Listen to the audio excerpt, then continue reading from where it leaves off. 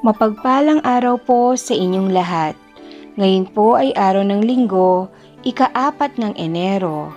Pakinggan po natin ngayon ang mabuting balita ng Panginoon. Pagbasa mula sa aklat ni Propeta Isaias.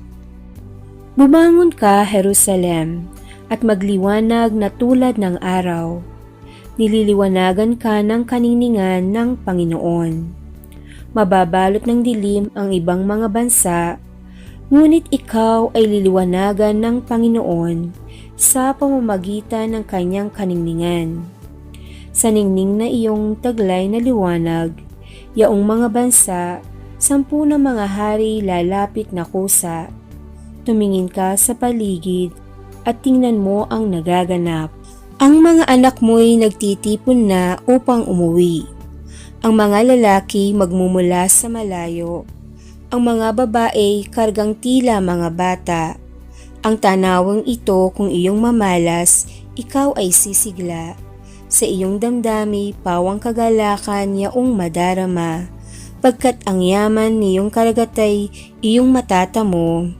At ang kayamanan ng maraming bansa ay makakamtan mo.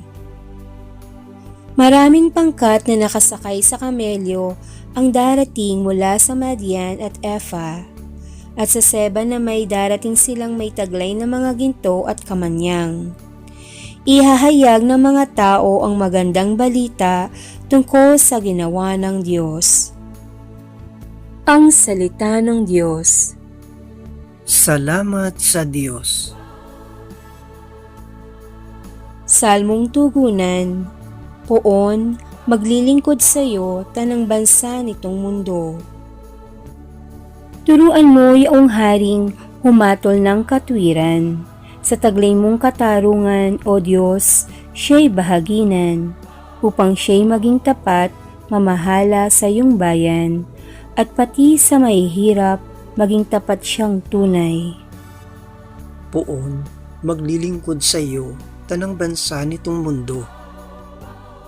Yaong buhay na matuwid sa kanyang kapanahunan, madama ng bansa niya at umunlad habang buhay.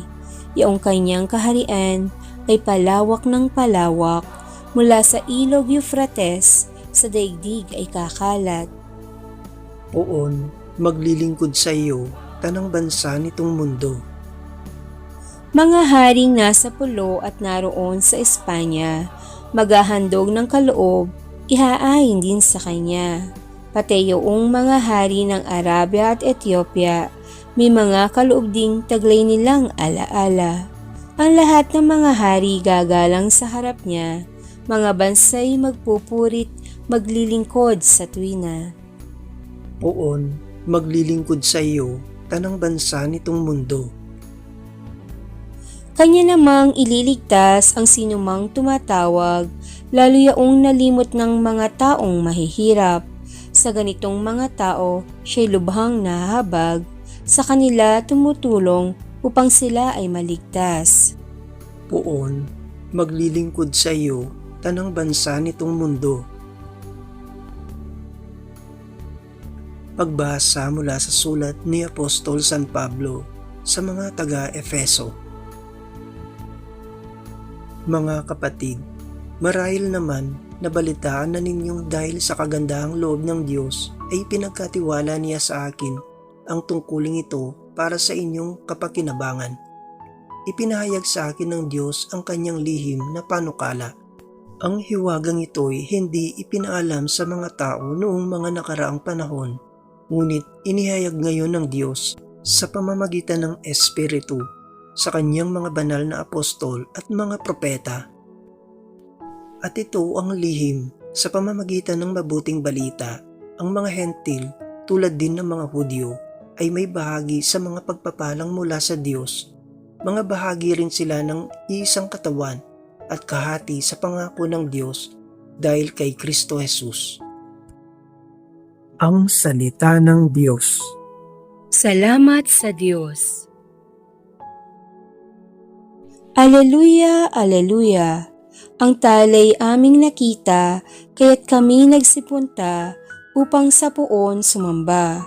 Alleluia, Alleluia. Ang mabuting balita ng Panginoon ayon kay San Mateo. Si Jesus ay ipinanganak sa Bethlehem ng Judea noong kapanahunan ni Haring Herodes. Dumating naman sa Jerusalem ang ilang pantas mula sa silangan at nagtanong-tanong doon, "Nasaan ang ipinanganak na hari ng mga Hudyo? Nakita namin sa silangan ang kanyang tala at naparito kami upang sambahin siya." Nang mabalitaan nito ni Haring Herodes, siya'y naligalig, gayon din ang buong Jerusalem. Kaya't tinipon niya ang lahat ng punong saserdote at mga eskriba sa Israel at itinanong sa kanila kung saan ipinanganak ang Mesiyas.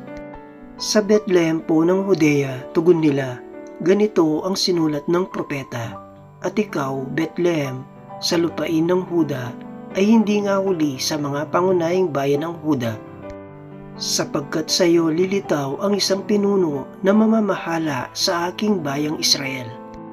Nang mabatid ito, lihim na ipinatawag ni Herodes ang mga pantas at itinanong kung kailan lumitaw ang mga tala. At pinalakad niya sila patungong Bethlehem matapos pabilinan ng ganito, "Humayo kayo at inyong hanaping mabuti ang sanggol. Kapag inyong natagpuan, ibalita agad ninyo sa akin upang ako may makasamba sa kanya." At lumakad na nga ang mga pantas. Muli silang pinangunahan ng talang nakita nila sa silangan hanggang sa sumapit ito sa tapat na kinaroroonan ng bata.